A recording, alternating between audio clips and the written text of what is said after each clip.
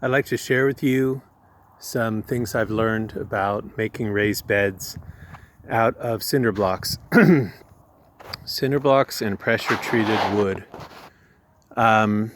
First of all, I was looking for a design that used cinder blocks because they last longer. I don't want to build a raised bed out of wood that will rot and then have to build it all over again. So you can get Home Depot to deliver cinder blocks by the pallet. Tip number one, get those pallets delivered exactly where you want to use them. Like one pallet here, one pallet here, one pallet here, one pallet there. Don't get them all delivered to one spot like I did, because you might be surprised how much work it takes to move cinder blocks even this small downhill distance. Get them very strategically placed. You get to learn from all my mistakes in this video, and hopefully you'll take the design elements that you like and apply them to your situation. My situation is that in Virginia, we have deer. The deer will eat everything. And that is why I absolutely need a fence around my garden. You can see I even put fences around every fruit tree. Nothing can survive the deer unless you block them out. The cinder block design here, you begin on one end laying the blocks, and what I've done is a 3-block width. So the first thing that I laid, and these are all dry laid blocks, there's no concrete or anything. You can see 3 blocks width here. And once you've laid 3 blocks width, you start coming in this direction. And you want to go on this side and on the opposite side at the same time. And you want to make sure those two sides are parallel. You can keep a parallel distance by cutting a piece of wood that's that exact width and keep checking it as you build. And of course you're going to need a level to make sure your blocks are level with the earth. One trick is, if you're going uphill, how do you make that step up? You see what I've done here. I've gone from a 3-block course to a 4-block course here. And by the time I get to the end of that 4-block course, it's really only 3 blocks high. So the next bed here, I'm able to go 3 blocks high. And that's even with the ground. So as the ground gets higher and I'm going up the hill, I start a new raised bed and I close off the old raised bed. So this is the last step to closing off the old raised bed. You start the new raised bed by just leaning blocks right against the old one on the left and the right. You build your way out this way. Now notice that requires one place with a half a block. You just break that block in half, and then it'll be buried under dirt eventually and you won't even have to see it. So you get a nice clean look. You also notice I've topped off the cinder blocks with this kind of concrete, and notice that they sell it in thin widths, and you can also get them in very thick widths as well. I strongly recommend the thin ones.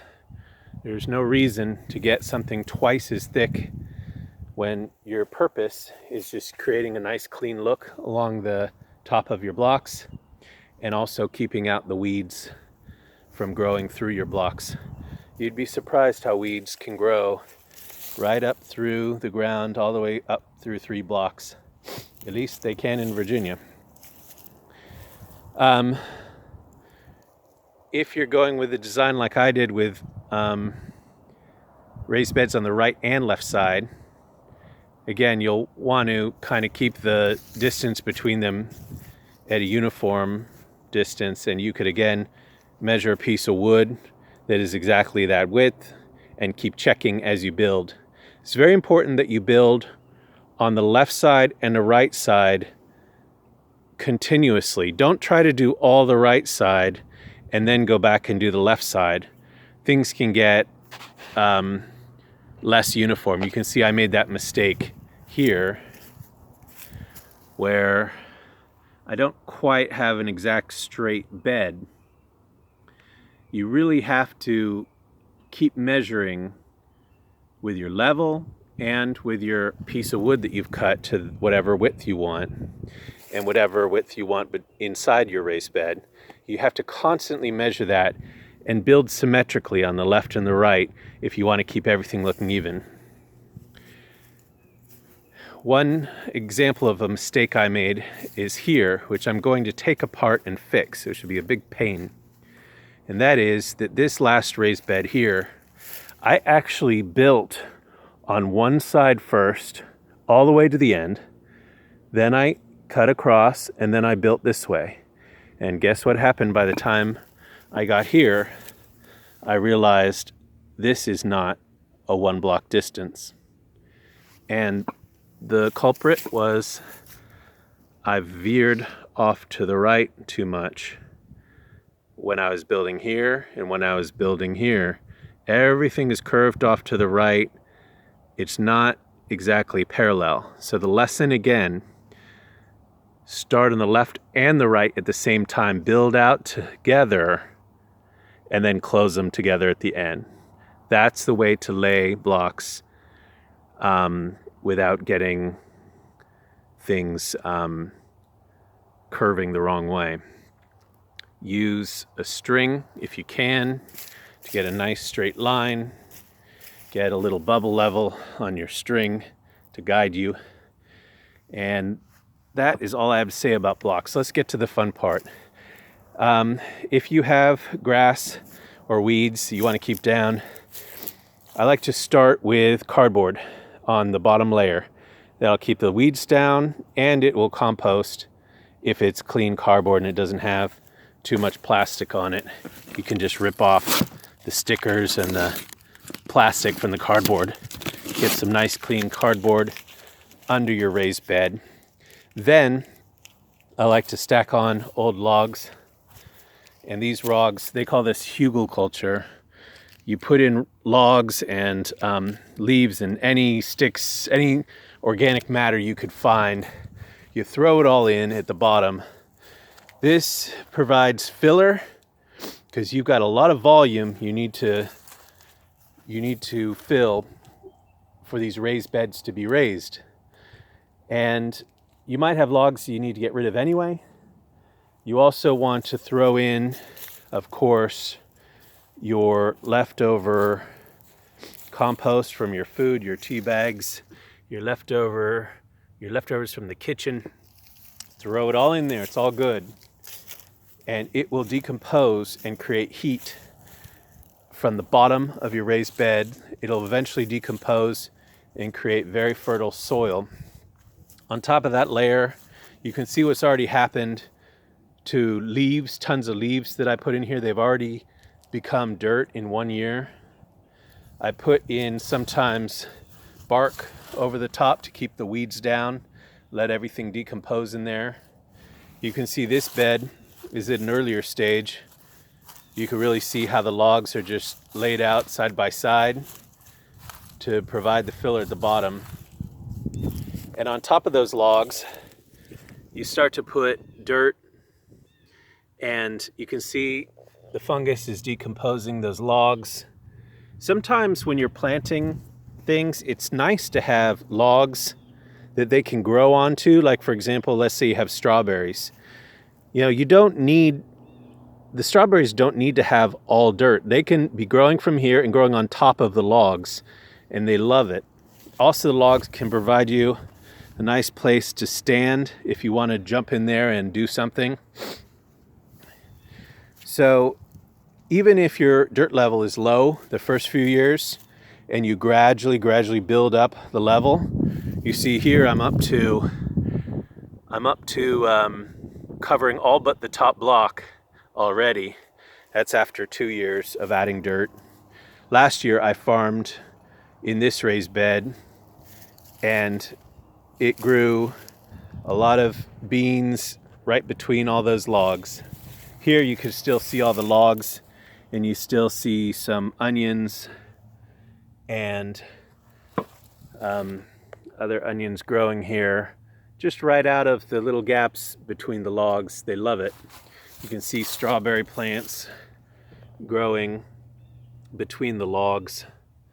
And there's nothing wrong with farming at a lower level your first year and gradually building up the soil. Here I'm going for, I throw my ashes from the fireplace, I throw everything onto here, leaves and dirt, and we're gradually building up the soil inside the raised bed. Next topic, sprinkler system. One of the great things about blocks is they're hollow. You can bring up the sprinkler system through a hole in the block and attach it like this to water your garden.